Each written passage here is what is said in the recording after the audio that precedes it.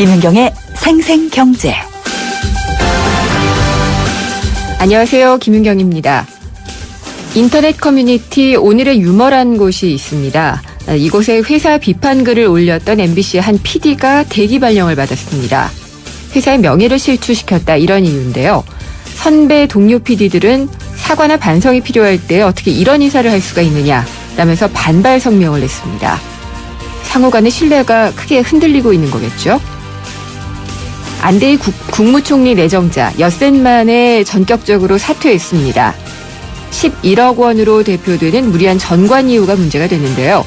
관피아 논란까지 큰 마당에 이게 전혀 문제가 안 될 거라고 청와대는 생각을 했던 걸까요?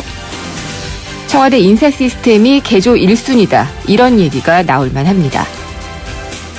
선거 때만 되면 유권자 하나하나에 아주 공손하게 인사하는 후보들을 봅니다.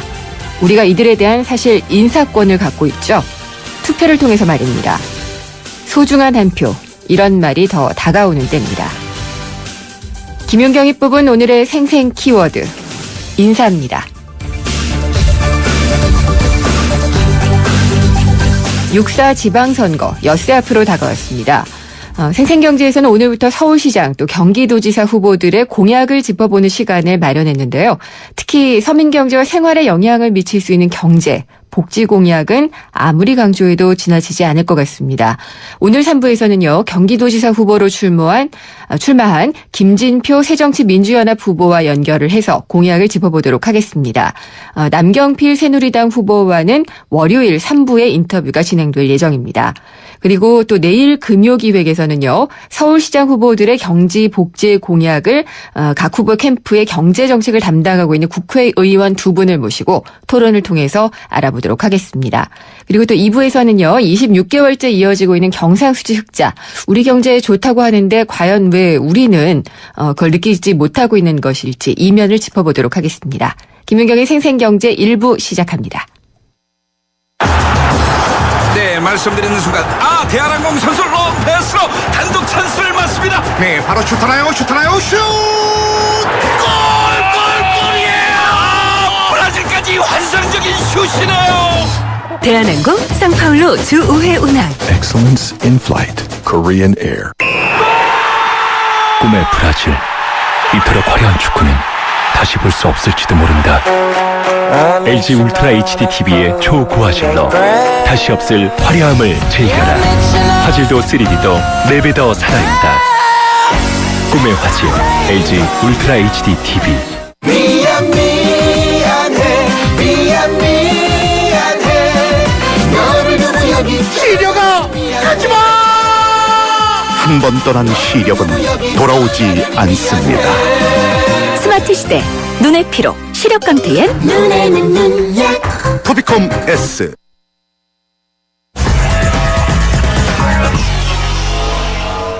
오늘의 증시 알아보겠습니다. 동양증권 금융센터 삼성역 지점의 박진희 차장입니다. 안녕하십니까? 네, 안녕하세요. 오늘 시장은 어떻게 보셨나요?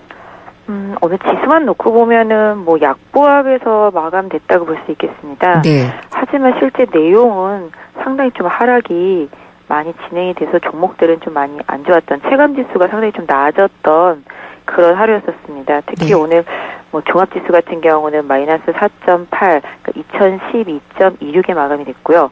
코스닥 같은 경우는 549.61, 마이너스 0.35로 마감이 됐는데요.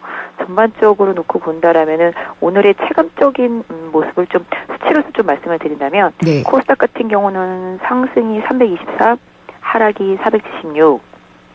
그다음에 네. 코스닥 같은 경우는 그다음에 상승이 393, 하락이 527. 이제 코스피 200으로 가면 좀 더 심화되는데요. 코스피 200이라고 한다면 거의 저희 지수 코스피 200 지수를 거의 책임지고 있는데요. 보시면 상승이 43, 하락이 144. 네. 이렇게 나오고 있거든요. 특히 지금 지수가 이렇게 부합에서 마감된 거는 방금 말씀드렸던 대로 시가총액 상위 종목들, 이렇게 그러니까 시장의 지수를 끌어올릴 수 있는 여력이 있는 그런 큰 종목들만 강하게 좀 올랐습니다. 그래서 다우 30도 마찬가지잖아요. 네. 다우도 딱 몇 개 종목만 오르면 그 지수는 다 책임지는 그런 스타일인데 오늘 우리 시장도 좀 그런 흐름이 나타났습니다. 특히 삼성전자, LG전자, 삼성물산, 현대위아 이 정도 빼고 나면은 거의 오른 종목이 대형주 중에서는 잘 보이지 않거든요. 크게 오른 종목들은. 그러다 보니까 좀 나머지 종목들이 상당히 좀 안 좋은 그런 모습으로 마감이 됐습니다. 전체적으로 그래도 외국인 투자자들은 좀 사고 있죠. 네, 맞습니다. 이 오른 종목들이 거의 다 외국인이 사는 종목들입니다. 네. 그러니까 외국인이 사서 집중적으로 지수 쪽으로만 배팅을 하고 있다라고 보시면 좋을 것 같아요. 뭐 선물은 뭐 최근에 계속 매수를 하는데 오늘도 뭐 장중에는 좀 매도했습니다만 다시 좀 매수로 전환을 한 상태인데요. 네. 그동안 외국인들이 좀 코스닥을 좀 많이 좋아했었잖아요. 그러다가 방향을 바꿔서 코스닥을 최근 들어서는 계속 매도를 하고 거래소 쪽을 급격하게 사기 시작했는데 그 사기 시작하면서 그래도 기대는 다시 사람들이 낙폭이 과대했던 민감주들도 어느 정도 좀 사주지 않을까라고 기대했었는데 절대적으로 시가총액 상위 종목 거의 한 20위권이네 더 압축하면 시가총액 상위 10위권이네 이쪽 막 공격적으로 좀 매수를 하고 있는 것 같습니다. 이런 장세에서는 그러면은 개인 투자자들은 어떻게 하는 게 좋아요? 어렵죠 상당히. 예. 개인 투자자분들이 지금 시장에서 종목을 투자하실 때 상당히 어려우세요. 솔직히 말하면 저도 어렵거든요. 지금 네. 거래소 같은 경우 보시면 아시겠습니다만은 딱 몇 종목만 가거든요. 그렇다고 그 몇 종목을 쫓아가기 위해서 지금 손실이 나 있는 종목을 팔기가 어려운 게 또 현실이거든요. 그러다 보면 좀 반등을 기다리면서 가지고 있다 보면은 다시 또 하라. 네. 그래서 조금 올려주는 것 같아서 또 못 팔다 보면 또 다시 하라.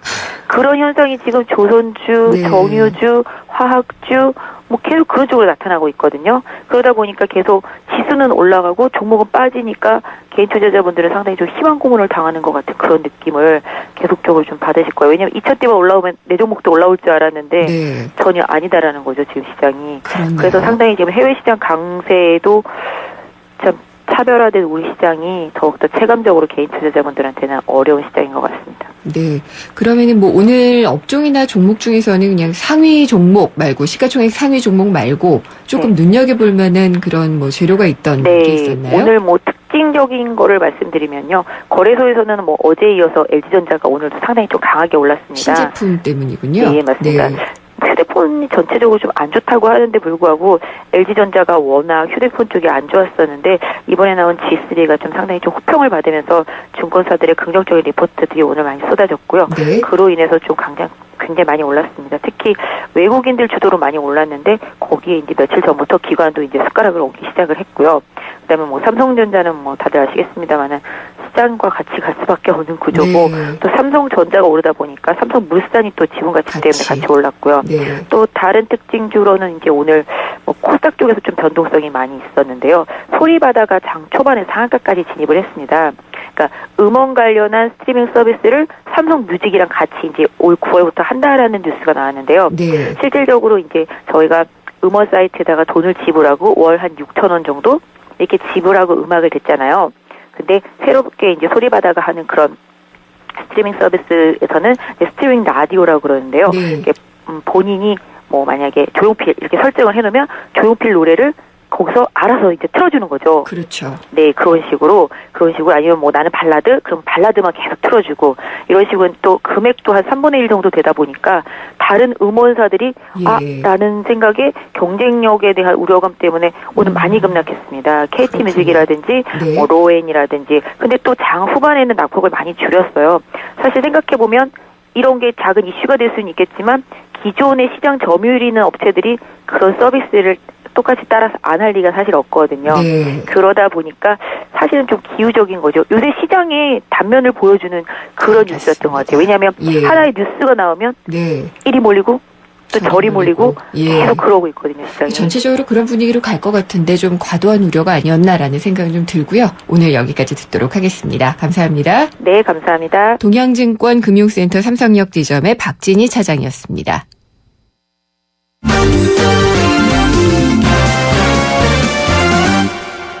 오늘의 주요 경제 뉴스 정리해 보겠습니다. 한국일보 이성철 산업부장 연결합니다. 안녕하십니까? 안녕하세요.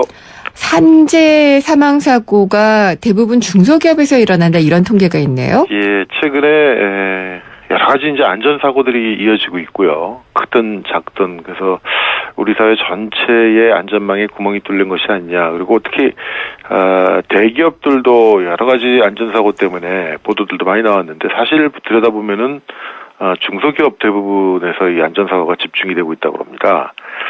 국회 산업통상자원위원회 소속 새누리당 이 김한표 의원에 따르면요, 올 1월부터 3월까지 석 달 동안 산업재해로 사망자 수가 무려 500명이나 되는데요. 네. 이 중에 300인 미만 사업장 소속이 402명, 80.4%를 기록하고 있다고 합니다. 산재 사망의 원인은 대부분 이 작업 현장에서의 안전사고들이 많은데, 네. 예컨대 산재 사망자 500명 가운데 추락사가 95명이나 되고요. 절단이나 끼임 같은 거에 의한 사망이 28명, 충돌 23명. 어쨌든 이 사업장 내의 안전사고로 숨진 경우가 249명이나 된다고 합니다. 거의 절반을 차지하고 있는 거죠. 그리고 또 업무상 질병으로 돌아가신 분들이 222명, 또 단일 항목으로는 가장 많다고 하는데, 네. 업종별로 보면은 건설업이 아무래도 제일 많은 것 같습니다. 이 중소사업장의 산재 사망자가 몰리는 현상은 지금 뭐 어제 오늘 문제는 아니고요. 작년에도 작년 한 해 동안 산재로 돌아가신 분들이 1,900명이 넘는다고 그러는데요. 네. 굉장히 많은 숫자죠. 근데 이 중에 82%가 역시 300인 미만 사업장에서 일어나고 있다고 합니다. 중소기업, 대기업 안전의 중요성은 뭐 어디가 더 중요하다라고 뭐 얘기할 건 아니겠습니다만, 대기업보다도 어쨌든 결과적으로 중소기업의 안전 환경이 그만큼 열악하다. 이런 점을 들 수가 있겠고, 차제의 여러 가지 이제 우리 사회에 안전 문제가 지금 지적이 되고 있는데, 이 사업장 안전 문제도 다시 한번 좀 들여다봐야 되는 것이 아닌가. 그리고 네. 중소기업들 같은 경우는 현실적으로 그런 아무래도 영세하다 보니까 제대로 이 안전 장비라든가 안전 시스템이랄까 또 안전 교육이랄까 이런 것들이 제대로 안 되는 부분들이 있는데, 이런 것들은 뭐 정부가 지원하든 누가 지원해서라도 좀 해야 되는 것이 아닌가 하는 생각이 듭니다. 네, 그렇죠. 삼성전자 반올림하고 지금 협상 들어간 것 같은데, 네. 그런 산재에 대한 이해도 좀 많이 높여야 될 것 같아요. 전체적으로 보면은. 그렇죠. 네. 어제부터 이제 삼성전자하고 반올림하고 이제 협의가 첫 대화가 시작이 됐고요. 네. 어쨌든 7년을 끌어왔던 이슈고, 그렇죠. 그리고 삼성전자가 이제는 과거의 어떤 그런 자세에서 벗어나서 사과도 하고 어쨌든 적극적으로 보상을 하겠다고 얘기를 하고 있기 때문에, 네. 이번에는 어떻게든 좀 전향적으로 풀리지 않을까 생각이 됩니다. 여러모로 산업재해에 대한 어떤 그런 좀 시대적 변화나 뭐 이런 것들도 네. 좀 많이 감안을 해야 될 거고요. 네. 재래시장을 활성화하기 위해서 뭐 온누리 상품권이라고 하죠. 네. 이걸 좀 싸게 내놓는다 이런 얘기를 봤어요. 네, 지금 오늘 오전에 현호석 경제부총리가 서울 남대문 시장을 방문을 했습니다. 네. 그래서 거기서 이 시장 상인들 또 여행 숙박업계, 특히 이제 세월호 참사 이후에 내수 경기가 급격하게 이제 얼어붙으면서 어려움을 겪고 있는 이 영세 상인들 이런 분들하고 대화를 가졌는데, 일단 그 재래시장 상품권, 온누리 상품권이라고 하죠. 네. 이거를 할인폭을 좀 늘려주겠다. 지금 같은 경우도 예를 들어서 현금으로 이 온누리 상품권을 구매하면요, 네. 월 30만 원 한도로 5% 정도 이제 할인을 해주는데, 이거를 할인율을 10%로 끌어올려주겠다는 겁니다. 그러니까 재래시장 상품권을 좀 더 싸게 팔아서 재래시장에서의 소비자들의 구매와 소비가 좀 활성화될 수 있도록 예. 그렇게 한다는 건데, 그래서 일단 다음 달 5일, 6월 5일부터 8월 말까지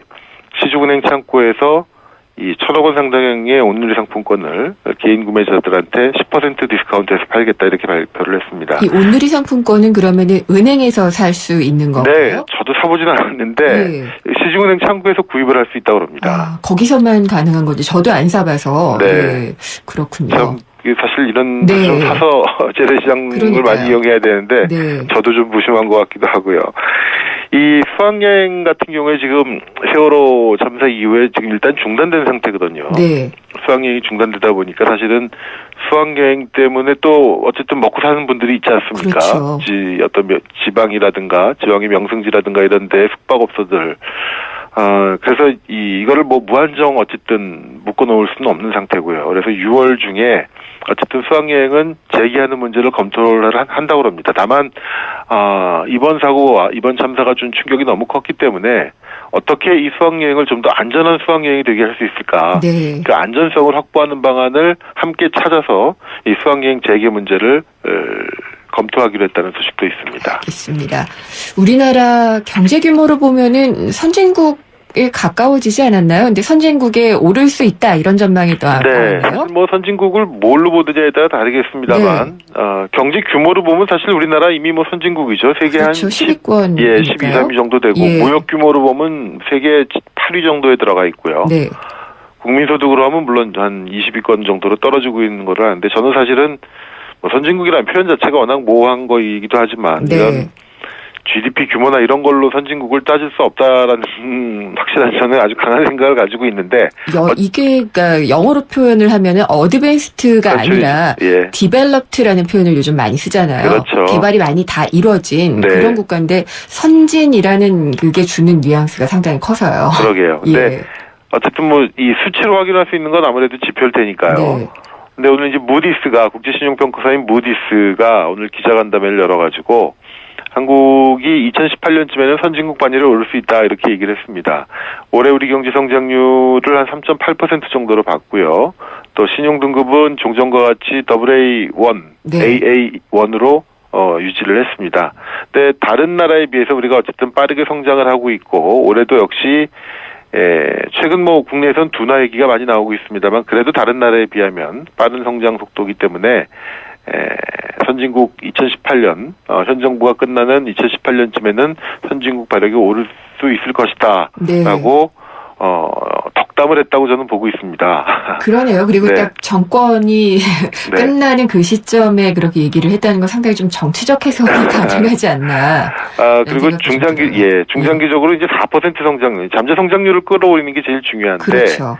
그걸 위해서는 가계 부채와 공기업 부채 문제, 이 빚의 문제를 해결해야 된다라는 네. 얘기를 했습니다. 이건 굉장히 의미가 있는 것 같고요. 그렇죠. 어쨌든 지금 가계 부채, 공기업 부채 이런 것들이 추가적인 성장과 또 내수 확대를 가로막는 가장 결정적인 요인이기 때문에 어쨌든 이 두 문제를 풀고 가야지만 한국 경제가 한 네. 단계 업그레이드된 성장이 가능할 것이다 이런 얘기도 했다고 합니다. 조언은 잘 받아들이겠고요. 예. 무디스가 뭐 계속 우리나라 경제에 대해서 평가하는 거에 너무 매달리지는 않았으면 좋겠어요, 네. 다들. 예. 오늘 말씀 잘 들었습니다. 네. 한국일보 이성철 산업부장이었습니다. 33프로님이 보내주셨네요. 히어로빠, 카스라이트 모델이잖아요. 카스라이트 한 박스만 보내주세요. 뿌잉뿌잉. 자, 노래 띄워드립니다. 안 돼. 다 내 거야. 칼로리를 33% 내린 맛있는 맥주. 카스라이트.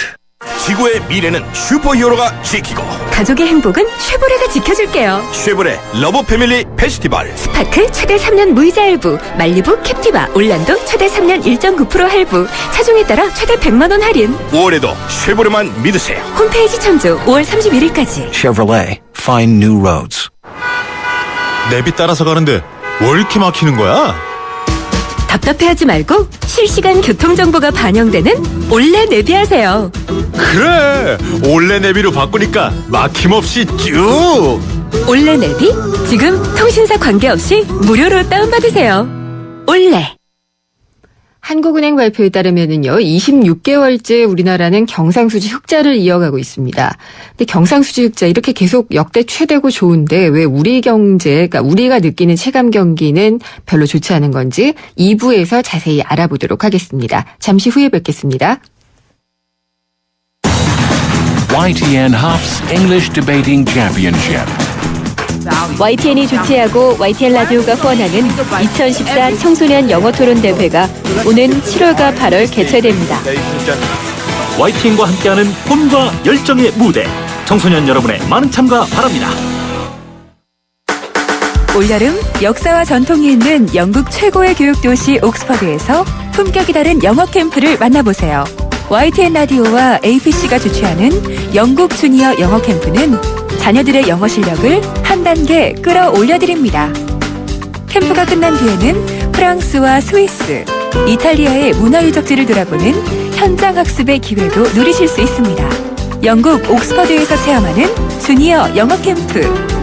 YTN 웹사이트나 서울 전화 723-0550, 1723-0550에서 확인하실 수 있습니다. 20년차 경제 전문 기자 김인경 기자가 전하는 알기 쉬운 경제 이야기. 김인경의 생생경제.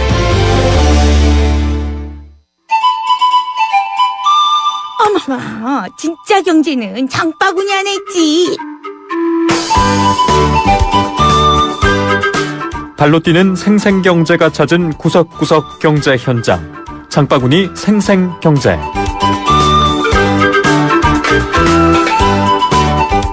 프리미엄 이름이 들어가면 무조건 가격이 배가 올라가든지 너무 비싸서 그냥 저렴한 거 찾게 되는 것 같아요. 유기농이라고 하는데 확실히 믿을 수도 없는 것 같고 그냥 이름만 붙여서 분유 같은 것도 그런 뉴스도 많이 봤었기 때문에 그냥 별로 찾진 않는 것 같아요. 가급적이면 조금 더 비싸더라도 애기한테 좀 더 좋은 걸로 먹이는 편이에요. 분유도 그냥 프리미엄 편으로 많이 좀 찾게 되는 편이고 뭐 햄 같은 경우도 가급적이면 가격이 좀 있더라도 좀 그런 편으로 많이 좀 먹는 편이고요. 또 성분도 좀 꼼꼼히 보는 편이고요. 그냥 가급적이면 좀 건강 위주로 많이 좀 찾는 편이고요. 소비자들이 프리미엄 어묵 같은 경우도 찾는 경우가 많아요. 고가여도 품질도 좋고 맛도 좋으니까 그러겠죠.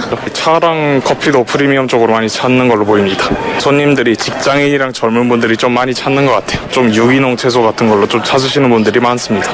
요즘 소비자들이 입맛도 까다롭고 먹거리에 좀 예민하기 때문에 프리미엄 쪽 상품으로 좀 많이 찾는 것 같습니다. 장바구니 생생경제, 우리 생활 속 경제 현장을 다녀오는 시간이죠. 오늘은 김미란 리포터가 대형마트에 다녀왔는데요. 내 가족이 먹는다라고 하면은 조금이라도 더 좋은 재료, 안심할 수 있는 재료로 만든 상품을 사게 된다. 이런 내용이었습니다. 저는 요즘 장바구니 이거 채우기가 돈이 작년, 재작년에 비하면 2배 정도 드는 것 같아요. 물가 너무 많이 올라서 프리미엄 식품을 사는 게 사실 저는 좀 꺼려지거든요. 그래서 이렇게 말씀드리면 저는 가족의 건강을 생각하지 않는 나쁜 엄마가 아닌가 이런 생각을 하실지도 모르겠지만 소득은 안 오르고 물가는 많이 오르거든요. 그런 걸 대변한다고 좀 해석을 해주셨으면 좋겠습니다. 세상의 베이스가 되다 포스코 협찬으로 김윤경의 생생경제 2부 시작하겠습니다. 참여 방법 알려드릴게요. YTN 라디오 앱 예스가 있고요. 짧은 문자는 50원, 긴 문자는 100원이 부과되는 휴대전화 우물정의 0945번. 트위터는 YTN_이코노미고요. 웹사이트로도 보내주십시오. 여러분의 많은 의견 기다리겠습니다. 우리 집 통신 대표 번호 101.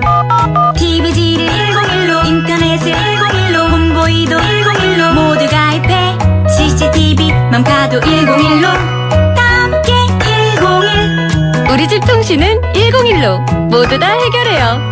LG U+. 미세먼지 많은 날엔 깨끗하게 쿠쿠 청정.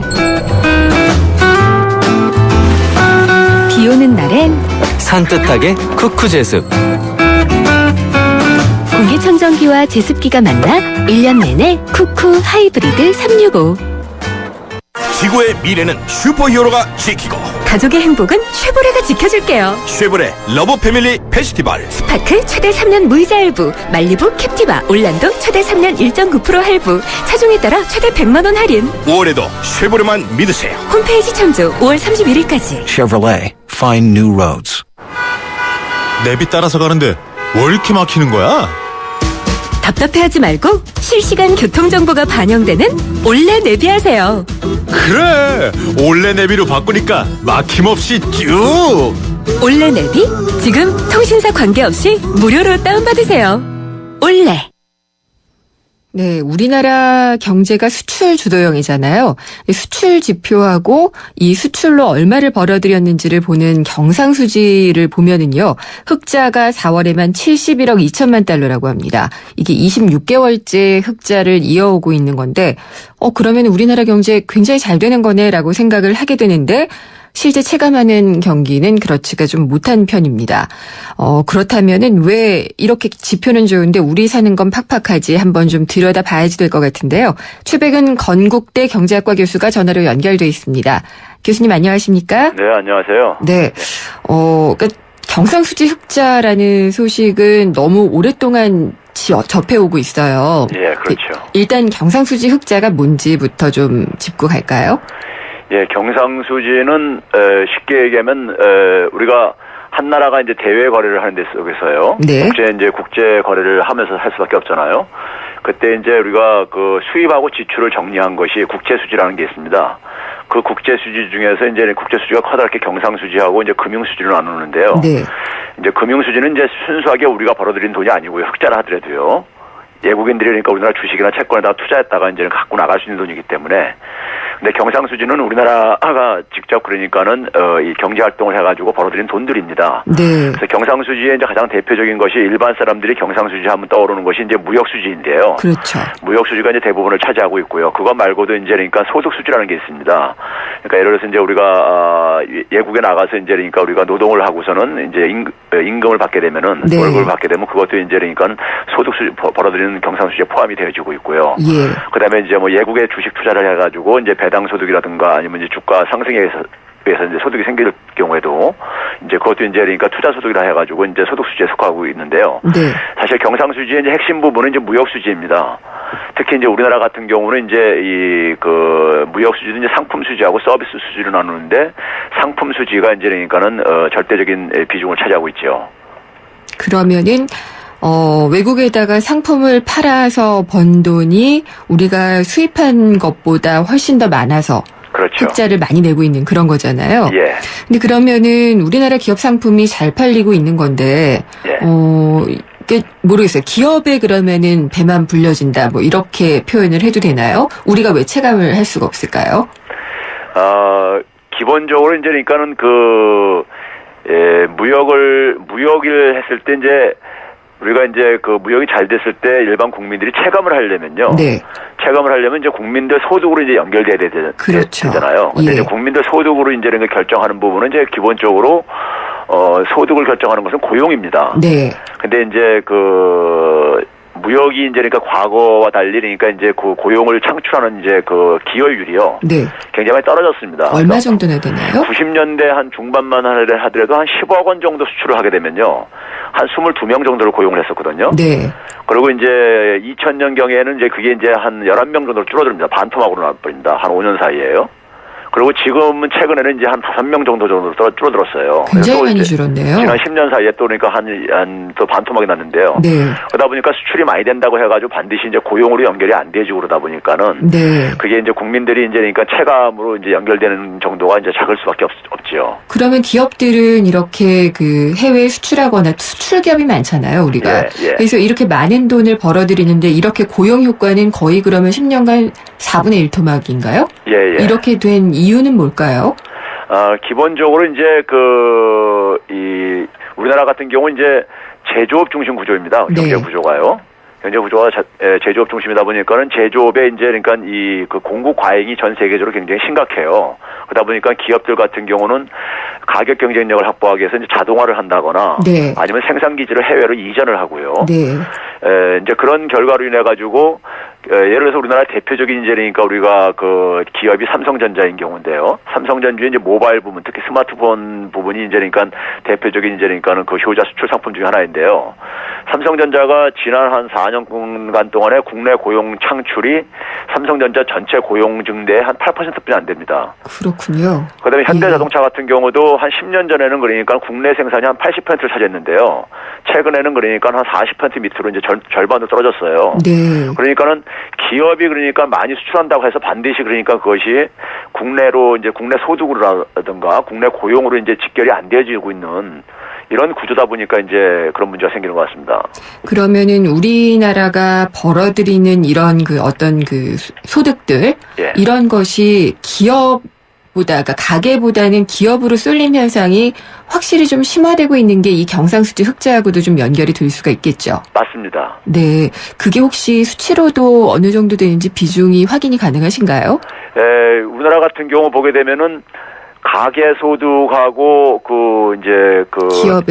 기업 소득하고요. 예.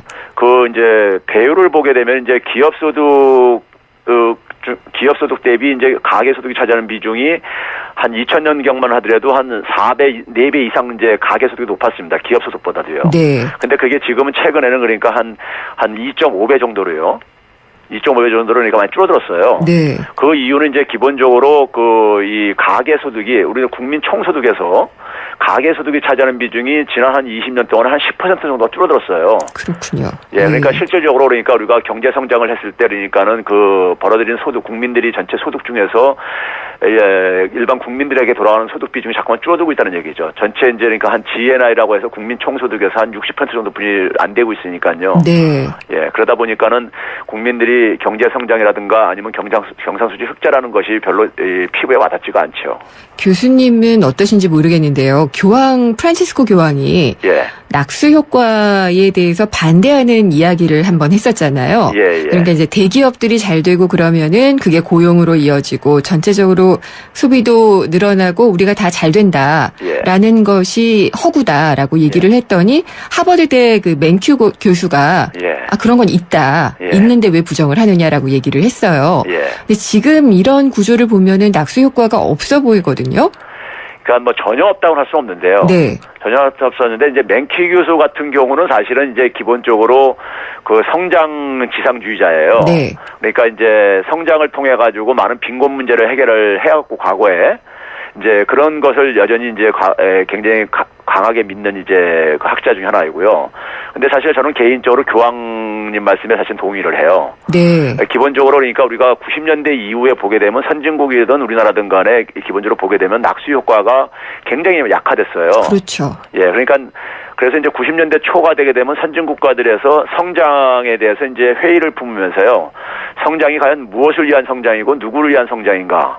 이제 이런 질문을 던지면서 네. 소위 뭐 착한 성장도 나오고 뭐 포용적 성장도 이런 개념들도 좀 만들어지는 이유가 바로 그러니까 과거에는 그러니까 우리가 성장이 그러니까 모두에게 균등하게 그러니까 혜택은 주지 않았지만은 대다수가 혜택을 가졌는데 그 대다수가 혜택을 보는 것이 이제 그러니까 90년대 이후에는 굉장히 약화되고 네. 소수가 그러니까 그 혜택이 집중되어지는 양극화가 그렇죠. 진행되고 있죠. 예. 그런 결과들입니다. 그래서 아마 요즘에 이 소득 양극화 문제라든지 분배 문제 이런 것들이 상당히 좀 많이 얘기가 되고 있는 것 같아요. 예, 그렇습니다. 네, 경상수지 얘기하다가 여기까지 왔지만 다 이어진 문제니까요. 예, 네, 오늘 말씀 설명 잘 들었습니다. 감사합니다. 네, 감사합니다. 추백은 건국대 경제학과 교수였습니다.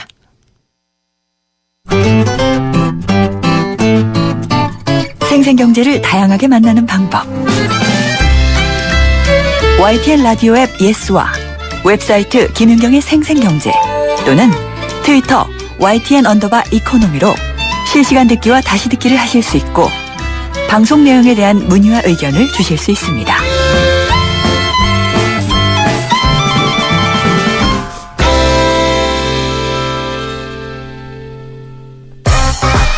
경제의 새로운 트렌드, 빅데이터 경제지도.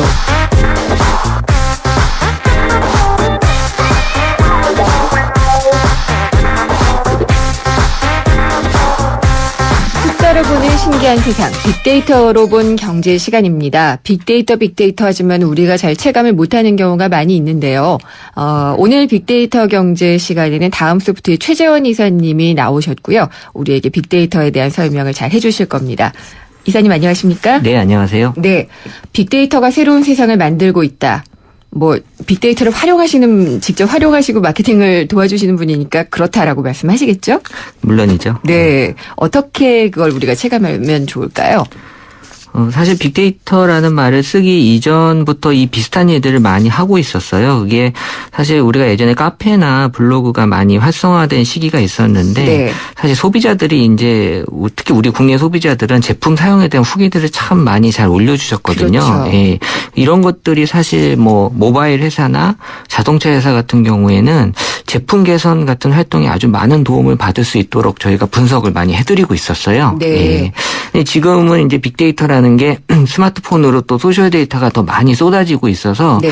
사실 이제 지난 시간에 또 의료에 대해서 하신 걸로 알고 있는데 이 기계가 또 생성하는 시그널 데이터들도 많이 지금 활용이 되고 있는 추세입니다. 네. 근데 이제 달라졌다는 건 기존에 이제 데이터화되지 않은 것들이 많이 데이터화되면서 분석 활용에 대한 범위가 더 넓어지고 있다라고 보시면 되겠죠. 네. 그러면은 지난 시간에 저희가 의료 부분을 살펴봤는데요. 네. 재난 분야 빅데이터 활용은 굉장히 부족하다 이런 지적이 많아요. 네.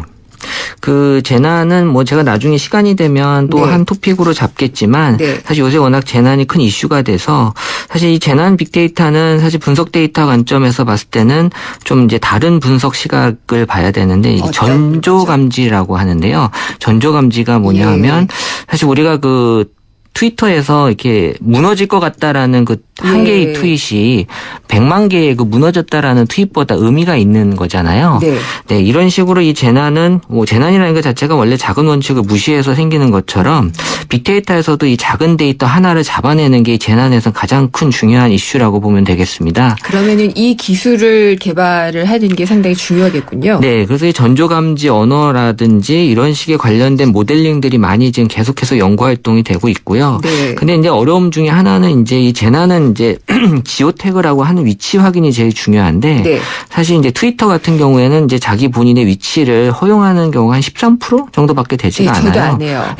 그러다 보니까 이 사람이 어디서 이 트윗을 날렸는지를 확인할 길이 없기 때문에 그래서 이제 보조적으로 이제 내용 기반의 그 어떤 모델링들을 많이 써서 그런 것들을 좀 감안하려고 하고 있고요.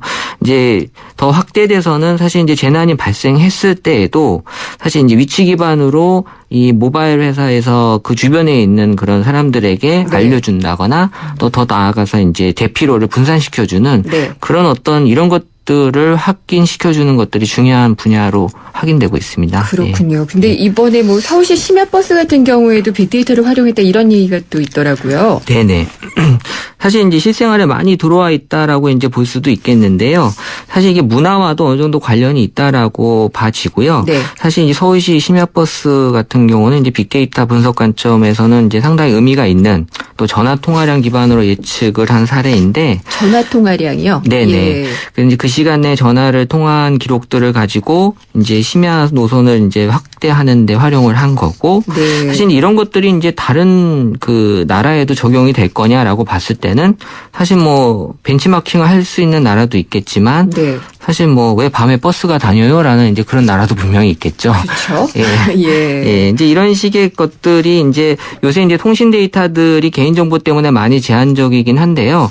이런 것들을 좀 많이 이제 풀어주려고 하는 이제 분위기가 있고 결국 이제 우리나라 같은 그런 이제 지역 기반의 그런 쪽에서는 이제 상권 분석 같은 이제 유동인구 기반의 그런 분석이 많이 이루어질 것 같습니다. 네. 빅데이터 분석을 다음 소프트에서 직접 하시는 거죠? 네네. 어떻게 하세요? 사실 빅데이터 분석 기술은 크게 이제 정형 데이터하고 비정형 데이터를 분석하는 기술인데요.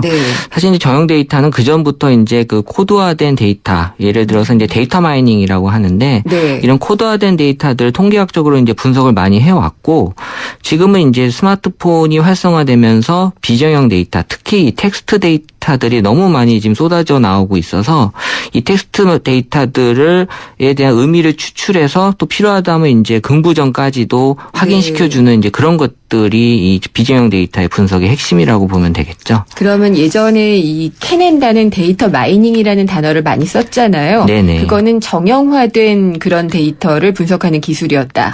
네, 예전에는 그렇다고 볼 수 있고요. 이제 지금은 사실 이제 소셜에 올라오는 글들은 크게 이제 두 가지예요. 이제 팩트하고 오피니언. 그러니까 이제 사실 미디어적인 측면에서의 글들하고 그거에 대한 이제 자기의 의견, 오피니언을 이제 많이 올려놓으시는데 그래서 이제 오피니언 마이닝이라고 하거든요. 이제 댓글 같은 것도 이제 여기에 포함이 되는 건데 그런 어떤 의견들에 대한 분석이 실제 마케팅에는 많이 활용이 될 수 있는 거죠. 네, 예를 들어서 설명해 주시면은 더 재밌을 것 같아요. 이 소셜 데이터 같은 경우는 사실 어떻게 보면 이제 한마디로 자기 현재의 기록을 많이 이제 올려주시고 있어서 사실 현재 자신의 상황이라든지 자신의 위치 또 자신의 감정 등을 거의 뭐 탐닉하는 수준으로 많이들 데이터들을 올려주고 계세요. 사실 이제 결국은 이 데이터를 보면 이제 일상이 보일 수 있다는 거고요. 그 일상이라는 게 예를 들어서 우리가 커피를 마시는 시간이 평균적으로 보면 한 10억 건의 트윗 데이터를 분석해 보면 9시, 11시, 9시, 1시, 5시 정도에 이제 커피들을 많이 마시세요. 저 이 분석 들은 적 있어요. 네. 예. 근데 이제 아무래도 이제 1시나 5시는 네. 이제 외부에서 먹는 그렇죠. 이제 커피니까 네.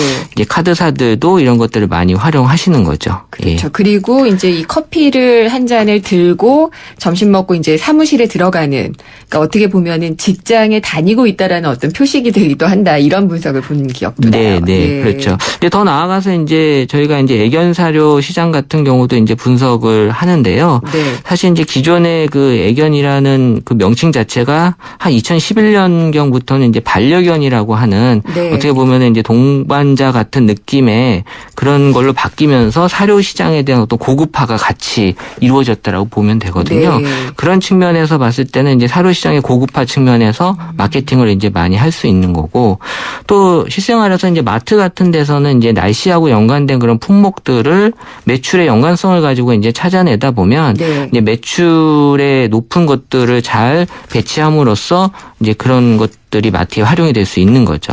예. 그럼 어쨌든 그것과 관련된 데이터가 많다. 그러면은 그 아이템이나 뭐 그 서비스나 이런 것들을 하는 게 간단한 빅데이터 마케팅의 개념이라고 볼 수가 있겠네요. 네네, 그럴 수 있습니다. 네. 예. 그러면은 빅데이터 분석은 통계학과 출신들이 하시나요? 좀 우문입니다만은.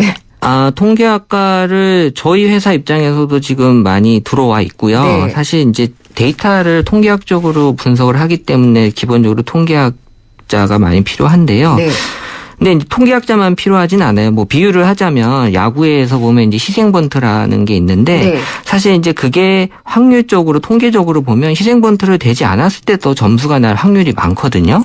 아, 그런가요? 네. 근데 이제 그럼에도 불구하고 왜 희생번트를 되느냐라고 네. 봤을 때는 이 희생번트를 됐을 때 후속 타자가 불발이 되면 그거는 이제 타자의 책임이지만 희생번트를 되지 않았을 때 점수를 내지 못한 건 감독의 책임이거든요. 아, 맞아요. 경살에 나거나 했을 경우. 네네. 사실 이게 통계적인 측면은 거기까지예요. 사실 예. 이 사회적인 관념이나 현상을 보는 거는 다른 이제 뭐 심리학과나 이제 사회학과 쪽에서 예. 이 감독이 감독직을 유지하기 위해서 어떻게든 희생번트를 된다라고 이제 볼 수도 있는 거죠. 이런 그렇죠. 여러 가지 해석을 예. 할 수 있는 게 사실 빅데이터 분석에서 필요한 거라고 봐야죠. 바로 그런 희생번트 이야기로 이어지는 것 같은데 지금 2309님이 문자 주셨는데요. 커피 얘기하다가 보니까 깨달아지는 것이 있습니다. 뭐 커피 전문점에서는 오후 2, 3시에 할인을 해주곤 했는데 이게 빅데이터 상으로는 매출이 떨어지는 시간이었나 보네요. 라고 하셨는데 정확하죠? 네. 사실 이제 그렇게까지 카드사에서 지금 분석을 하고 있지는 않은데 저희가 네. 카드사랑 분석한 거는 그 시간대 전에 네. 왜냐하면 쿠폰을 그 시간대 전에 날리고 그리고 이제 이 카드사가 이제 구매 내역에 같이 분석을 하기 때문에 네. 그분이 좋아하는 브랜드 커피를 날려주는 이제 그런 거까지는 하고 있죠. 저는 SNS 하다 보면 좀 기분 나쁘기도 하더라고요. 제가 하나만 검색했더라도 쿠키가 그걸 다 알아가지고 그 광고를 쫙 뿌려주잖아요. 네네, 로고가 예. 남으니까 그럴 수 네. 있죠. 예. 그래서 빅데이터라는 것이 좀 뭐랄까 빅브러더랑 정말 연결이 되는 그런 개념 아닌가라는 거부감도 들고요. 네, 그래서 이제 요새 좀 많이 바뀌고 있죠, 분위기들이. 예. 네. 근데 그 트위터나 페이스북 같은 SNS 이사님도 하시죠? 네네. 예, 하는 경우에 이제 이게 굉장히 우리가 친구가 늘어나면은 안 외로울 것 같지만 실제로는 외로워서 더 많은 친구를 불러 모으려고 한다. 뭐 이런 분석도 본 기억이 나거든요. 네, 사실 요새 그 직장인들 회식 자리 보면은 네. 부장님 혼자 말씀하시고 다른 맞아요. 직원들은 다 스마트폰 보잖아요. 예. 사실 이게 보면 현재를 탐닉하지만 내가 지금 뭐 하는지를 사실 가상현실에다가 알려주지 맞아요. 바로 내 앞에 있는 사람하고는 집중을 못하고 있는 거예요. 네. 사실 이렇게 SNS에 과도하게 몰입함으로써 네. 실제 사람과의 연결이 많이 이제 끊어지게 되는 거고요. 네. 이런 어떤 기록에 대한 강박 네. 또 자신의 상태를 또 예쁘게 이벤트로 또 구성해야 되는 부담. 네. 이런 것들이 뭐 더 나아가서 뭐 영혼 없는 리트윗과 좋아요를 클릭하는 내 자신 이런 것들 통해서 이제 예. 늘어나는 친구 숫자와는 반대로 내 심리 상태는 점점 외로워지고 빈곤화되는 거죠. 저도 리트윗을 요즘 많이 하고 있는 것 같다는 생각이 갑자기 들면서 외로워지네요. 네네. 오늘 말씀 잘 들었고요. 다음번에 네네. 또 재밌는 말씀 많이 들려주세요. 네, 감사합니다. 네. 최재원 다음 소프트 이사였습니다. 채소 과일을 많이 먹자는 당연한 건강 상식. 하지만 80년 전엔 뉴트리라이트의 혁신적인 생각이었습니다. 식물 영양소로 세상을 바꿔온 80년. 뉴트리라이트 더블 X에 담겨 있습니다. 80년 식물 영양소 전문가. 건강기능식품 광고입니다. 꿈의 브라질. 이토록 화려한 축구는 다시 볼 수 없을지도 모른다. LG 울트라 HD TV의 초고화질로 다시 없을 화려함을 즐겨라. 화질도 3D도 4배 더 살아있다. 꿈의 화질 LG 울트라 HD TV. 33프로님이 보내주셨네요. 히어로빠, 카스라이트 모델이잖아요.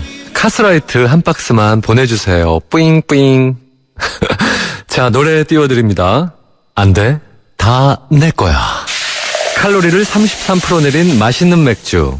카스라이트. 쇼핑에서 레저까지 백화점에서 이마트까지 즐거움과 편리함이 가득가득 신세계 전국 어디에서나 쇼핑의 자유. 신세계 상품권. 미안해 너를 두고 여기 시려가 가지마. 한 번 떠난 시력은 돌아오지 않습니다.